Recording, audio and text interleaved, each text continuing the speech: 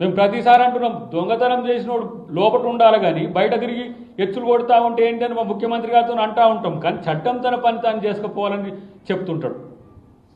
ఇన్ని ఆర్థిక అకృత్యాలు, ఇన్ని సామాజిక అకృత్యాలు, ఇన్ని రాజకీయ అకృత్యాలు చేసినా మీకు తెలంగాణలో రాజకీయంగా కొనసాగే నైతిక హక్కు లేదని ప్రజలు తీర్పిచ్చినాక కూడా సిగ్గు రాకపోతే ఇంకేం చేయాలి?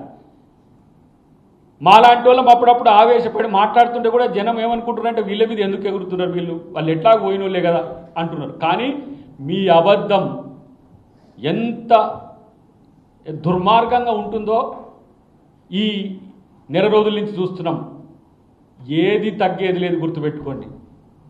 ప్రభుత్వం ఉన్నది కాబట్టి, ప్రజలకు జవాబుదారీతనం ఉండాలి కాబట్టి, ప్రజలతో ఏ విధంగా ఉండాలనేది కాంగ్రెస్ పార్టీకి తెలుసు కాబట్టి ఆగుతున్నాం. మీలాగా నువ్వు ప్రభుత్వం లేకుండానే దొంగ సొమ్ము దాచుకొనే నువ్వు ఇట రోజు ఒక మీటింగ్ పెట్టి అబద్ధాలు చెప్తే, ప్రభుత్వంలో ఉన్న మేము ఎమ్మెల్యేలు ఉండి, ఎంపీలు ఉండి, మంత్రులు ఉండి, విప్లవం ఉండి మేము చేయలేమా? విఘ్నత, అబద్ధాలను ప్రచారం చేయాలంటే ఆ విఘ్నత అడ్డం వస్తుంది. కానీ మనకు అదేమి లేదు, బాజాప్తా అధికారం కోసం. అందుకని నేను అంటున్నా, దాచుకొని దోచుకున్న డబ్బుతో రోజుకో మీటింగ్ పెడితే కాదు కేటీఆర్, హరీష్ రావు. ప్రజలను ప్రేమించడం నేర్చుకోండి. అధికార పక్షంగా మీ మీద ఎప్పుడు కూడా కక్ష సాధింపు లేదు. కక్ష సాధింపే లక్ష్యమైతే మీరు ఒక్కరోజు కూడా బయట ఉండరు. అన్ని అకృత్యాలకు, నేరాలు, ఘోరాలు చేసింది. మమ్మల్ని పెట్టింది కదా అందరినీ జైల్లో, ఉత్త పుణ్యానికి.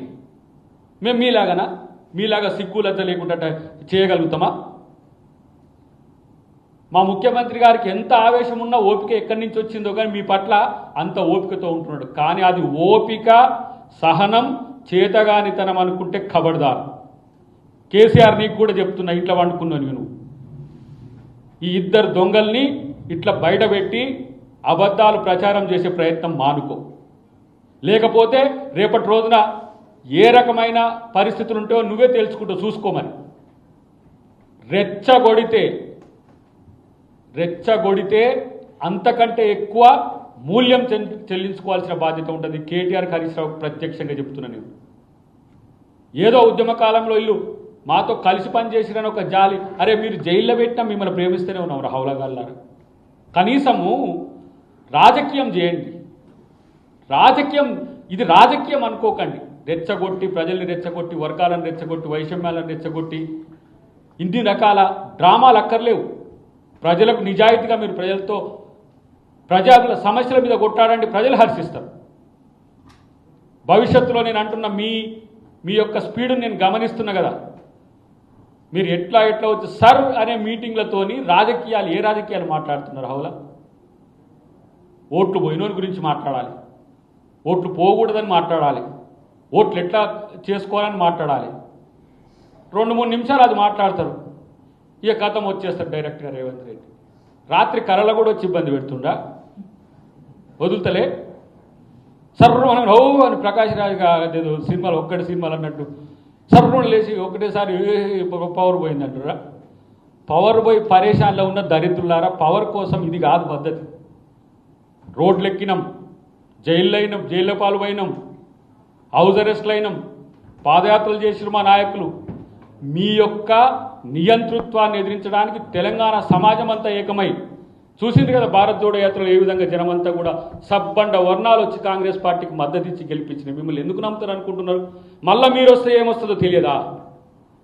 కాబట్టి మాట్లాడేటప్పుడు, లేదంటే ఇంకా చెప్పాలంటే మీరు ప్రవర్తించే తీరు ఏ విధంగా ఉంటుందో మిమ్మల్ని మీరు చెక్ చేసుకోండి. ఇంతవరకు ఈ మాత్రం ఎందుకు మర్యాదతో, పద్ధతితో ఉంటున్నామనే విషయాన్ని కూడా అర్థం చేసుకుంటే మంచిదని చెప్పి తెలియదు. ఎందుకంటే 2-3 నెలలకు ఒకసారి వీళ్ళకు ఈ పిచ్చి లేస్తూనే ఉంటుంది. మళ్ళీ మేము ఇట్లా ఆవేశపడుతూనే ఉండాలి, మళ్ళీ ఎవరో ఒకటి చెప్పాలి. దాంట్లోనే మన మిత్రులే అంటేనే అన్న పదాలు జారుతూనే ఉంటారా మీరంటే మరి ఏం చేయాలి? సీఎంను పట్టుకొని వాడు వీడంటే మరి వీళ్ళని ఎందుకు గౌరవించాలి? ఆ కుర్చీకి కనీసం గౌరవం ఇచ్చే సంస్కృతి లేని సంస్కారహీనులు కదా మీరు. మీతో మర్యాదగా మాట్లాడితే మీ భాష అర్థం కాదు అది. ఎందుకంటే మౌనం మీ భాష, మర్యాద మీ భాష కాదు. కాబట్టి ఇలాంటి మాటలు భవిష్యత్తులో మీకు రాకుండా చూడాల్సిన అవసరం ఉంది. ప్రతి ఒక్కళ్ళు ఈ భాషను మాట్లాడలేని వాళ్ళు ఎవరూ లేరు. కానీ ఇష్టం వచ్చినట్టుగా ముఖ్యమంత్రిని క్యాబినెట్ను పట్టుకొని ఎట్లా పడితే అట్లా మాట్లాడితే ఖబర్దార్ మీకు కూడా అదే స్థాయిలో మీకు రిటర్న్ ఉంటుందని చెప్పి తెలియజేస్తుంది. రమ్మను ఇక ఏదో ఒక ఏడుకి వస్తుంది. ఇదంతా పాత డైలాగే బ్రదర్. ఎక్కడికి వస్తారో నేను చెప్పిన హరీష్ రావు బీఆర్ఎస్ పార్టీకి వస్తాం, లేకపోతే మా దాడికి రా, లేకపోతే ఇక్కడికి రా అన్నాం. వాళ్ళు రారు. వాళ్ళు చూస్తే ప్రచారం చేసుకుంటే వెళ్ళిపోవడమే తప్పితే వాళ్ళు ఏం చేయరు. వస్తే పిరికి సన్నాసులు వాళ్ళు ఏడికి రాలేరు. ఒకనే కాడిపోయి ఆ ప్రెస్ మీట్లో సోటకాయ కాడ ముచ్చట్టు చెప్పినట్టు చెప్తా ఉంటారు. అంతేగాని ఈడికి రా, ఏడికి అసెంబ్లీలో చర్చించమంటే తుర్రుమని పారిపోతారు. అసెంబ్లీలో చర్చించడం చేత కాదా? ప్రజా సంఘాలు లేకపోతే పౌర సమాజం అంటే వస్తాం. కానీ రాజకీయ పక్షం ఉండి అసెంబ్లీ ఉండి రమ్మంటే రాని వాళ్ళను చేతగాని వాళ్ళను మనం ఇంక ఎంతసేపు నువ్వు రా అంటే కూడా ఏడుకొస్తారు. ఆయన ఆయన్నే ఉంటాడు. రమ్మని ఆయన్ని రమ్మని పంపిద్దాం.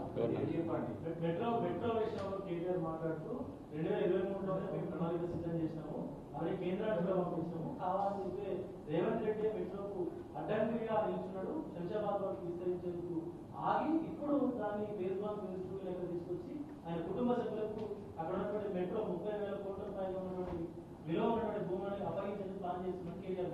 అసలు మెట్రో గురించి మాట్లాడే హక్కు మీకు ఎక్కడ మీద? మెట్రో ప్రతిపాదన మాది.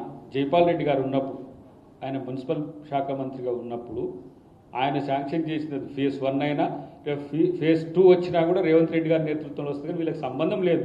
రిబ్బన్ కటింగ్కి పోయిండ్రు అంతే. అంతకు మిక్కిలి ఏం లేదు. వాళ్ళకి మాట్లాడే వాళ్ళు ఎక్కడి నుంచి ఇచ్చిండ్రు బ్రదర్? కనెక్టివిటీ కూడా చూసినావు కదా. ఆయన ల్యాండ్ ఎక్విజిషన్ చేయడానికి ప్రయత్నం చేసింది హైటెక్ సిటీ నుంచి అటు. కాబట్టి మెట్రో మీద కానీ, ఔటర్ రింగ్ రోడ్డు మీద కానీ, ఎయిర్పోర్ట్ మీద కానీ వాళ్ళకు మాట్లాడే హక్కు లేదు. ఏమైనా సరే వాళ్ళకి మాట్లాడే హక్కు ఉన్నది ఏంటంటే ఆ రీజనల్ రింగ్ రోడ్ని అమ్ముకున్నది ఎలా, లేకపోతే హైదరాబాద్ చుట్టూన్న అసైన్డ్ భూములు అమ్ముకోవడం ఎలా, కోర్ట్ ఆఫ్ వైల్డ్ ల్యాండ్స్ ఎట్లా అమ్ముకోవాలి, లేకపోతే ఎఫెక్టివ్ ప్రాపర్టీని ఎట్లా చూడాలి, అట్లనే ఇప్పుడు ఎస్బీఐ లాంటి భూములు ఉన్నాయిగా వాటిని క్యాన్సిలేషన్ చేసి వాళ్ళ మనసులకు ఎట్లా ఇవ్వాలి, భూదాన్ భూములు ఎట్లా తీసుకోవాలి. వాళ్ళ 10 సంవత్సరాల కాల పాటు చేసింది మొత్తం కూడా తెలంగాణను దోచుకోవడం తప్పితే వాళ్ళు ఇంకో ప్రణాళిక లేదు. వాళ్ళు దోచుకునే పద్ధతి వాళ్ళది. మేము అభివృద్ధి చేసే సంక్షేమం వైపు నెట్టే బాధ్యత మాది. Thank you.